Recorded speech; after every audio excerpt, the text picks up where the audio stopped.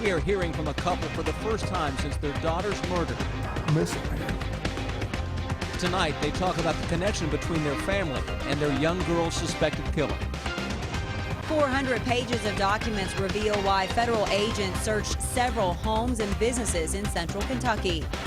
Protesters sent a message to an eastern Kentucky school board. We'll tell you about the decision that's angered some of them.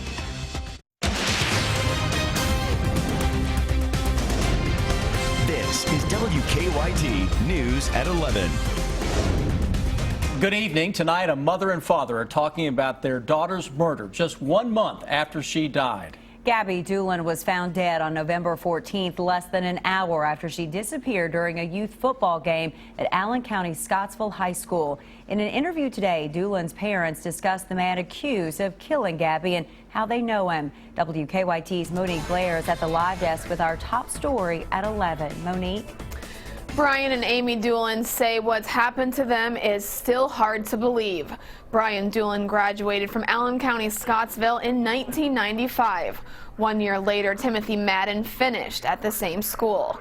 Now the two men are brought back together as one man is accused of murdering the other man's daughter. I don't remember a whole lot. I just remember screaming no. Gabby's bedroom is now empty inside the Doolin home just outside of Scottsville due to events 1 month ago.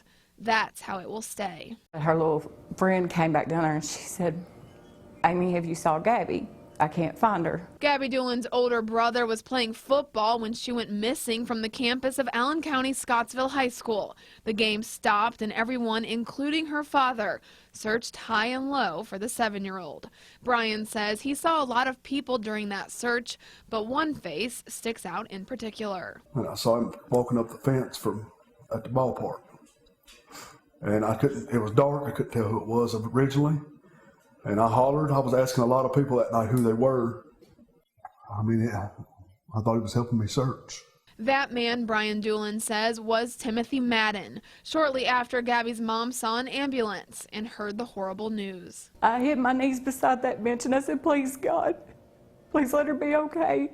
But then they came back right after that and they said that she was already gone. Less than a week later, Madden was arrested and charged with murder, rape, sodomy, and kidnapping.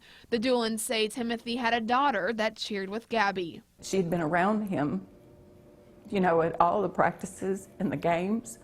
She would have trusted him just enough. Now, not only does a bedroom lay empty, so does a piece of a family's heart. I will get to hug and kiss her again.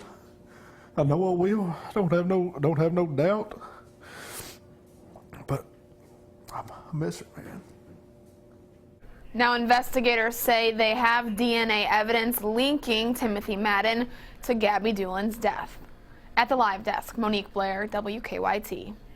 Monique, thank you. An Allen County grand jury indicted Timothy Madden for murder, rape, and kidnapping last week. He'll be arraigned in circuit court on January 13th. You really needed to hang on to your hat outside today. The rain and gusty winds pretty much moving out, but there are some changes ahead. WKYT Chief Meteorologist Chris Bailey joins us early with a check of that forecast. Hey, Chris. Hey, Sam. Indeed, it was one of those days where if you're driving a big vehicle out there, if you're driving an 18-wheeler big truck, boy, it was both hands on the steering wheel. Those crosswinds today kind of bumping us around on the roads. 40 and 50 mile per hour gusts this morning. Late this evening, those winds continue to come from the west and the southwest around a departing area of low pressure to our northeast.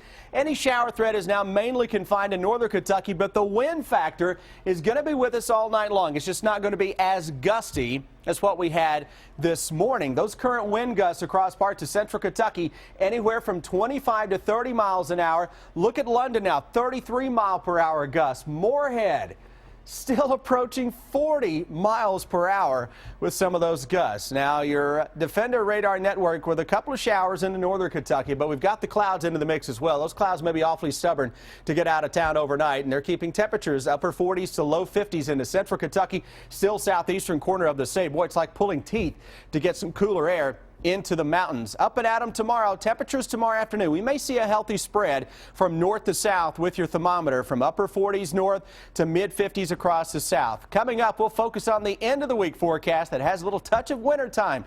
Guys, we're tracking some festive flakes in a few. A woman serving time for a nearly 30-year-old murder will have a chance to get out of prison tomorrow.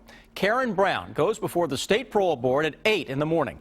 Brown and her former lover, Elizabeth Turpin, were convicted of killing Turpin's husband, Michael, in 1986. Today, Michael's family had their chance to tell the board why they think Brown should continue serving her sentence. We hear the life is a life sentence, which means that she should spend her entire life where she's at. It doesn't mean 8 years or 20 years or 30 years. Life is life. And the other two people convicted in that case have parole dates coming up in the next few years. Keith Bouchard is eligible in 2018. Elizabeth Turpin is eligible in 2021. Funeral arrangements have been made for a murdered couple. Leon and Shirley Jackson were found shot to death outside a home in Clay County last week. Leon Jackson's visitation is at noon tomorrow afternoon at the Britton Funeral Home Chapel. His funeral will follow at 2. Shirley Jackson's visitation is at 6 Thursday night, also at the chapel. Her funeral will be Friday morning at 11. No arrests in this case have been made so far.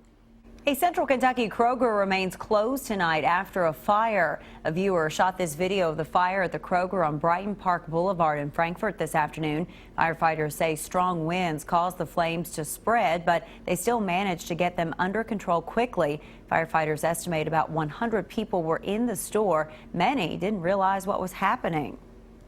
It took a little bit of time to get everybody evacuated because the fire was on top. It really didn't set off all the typical smoke detecting and early notification devices inside the building. So it took law enforcement actually to go in there and to actually start pulling people out. No one was hurt. Firefighters don't know what caused the fire, but they do say the building has been under construction. 5 days after raids at several Central Kentucky businesses, we are now learning what federal authorities were looking for. Warrants reveal the searches at homes and businesses in Montgomery and Nicholas counties were part of the investigation into a multi-million-dollar fraud case. According to the warrants, there is evidence a group conspired to underreport harvest in order to get insurance loss payments.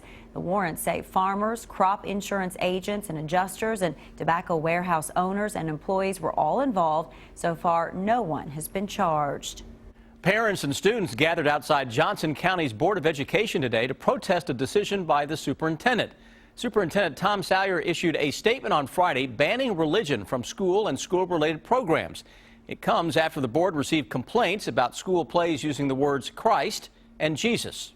And basically it's because of the complaint by individuals that, you know, these are things that shouldn't be happening in a Christmas play and program. They don't want that right infringed upon their child. Maybe they should take their money supply away because all of our money says in God we trust on it. You think they would change their mind if we took their money supply away? School officials say students can still pray on their own, but teachers and staff cannot lead them in prayer. An off-duty Lexington paramedic is being credited with saving a teenager's life. Jason Stowe was on his way home to Oldham County after a shift Saturday morning when he came across a crash on I-64 in Franklin County. It involved two Franklin County high school students on their way to take the ACT. One of the girls was severely injured, so Stowe used a bungee cord to stop her bleeding until an ambulance arrived. It's just kind of second nature. I mean, we don't even really think about it. We just kind of act. I think it's something that, you know, anybody that, you know, with any kind of medical training could have done. I just happened to be in the right place at the right time.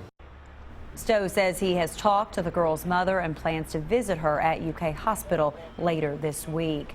A grand jury will hear the case of two men accused of assaulting a University of the Cumberland student. Police say Devin Prayer and Devonta Rogier robbed and beat the student on December 4th.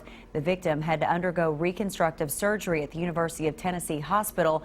Both men are charged with assault and robbery. They're back in court January 19th.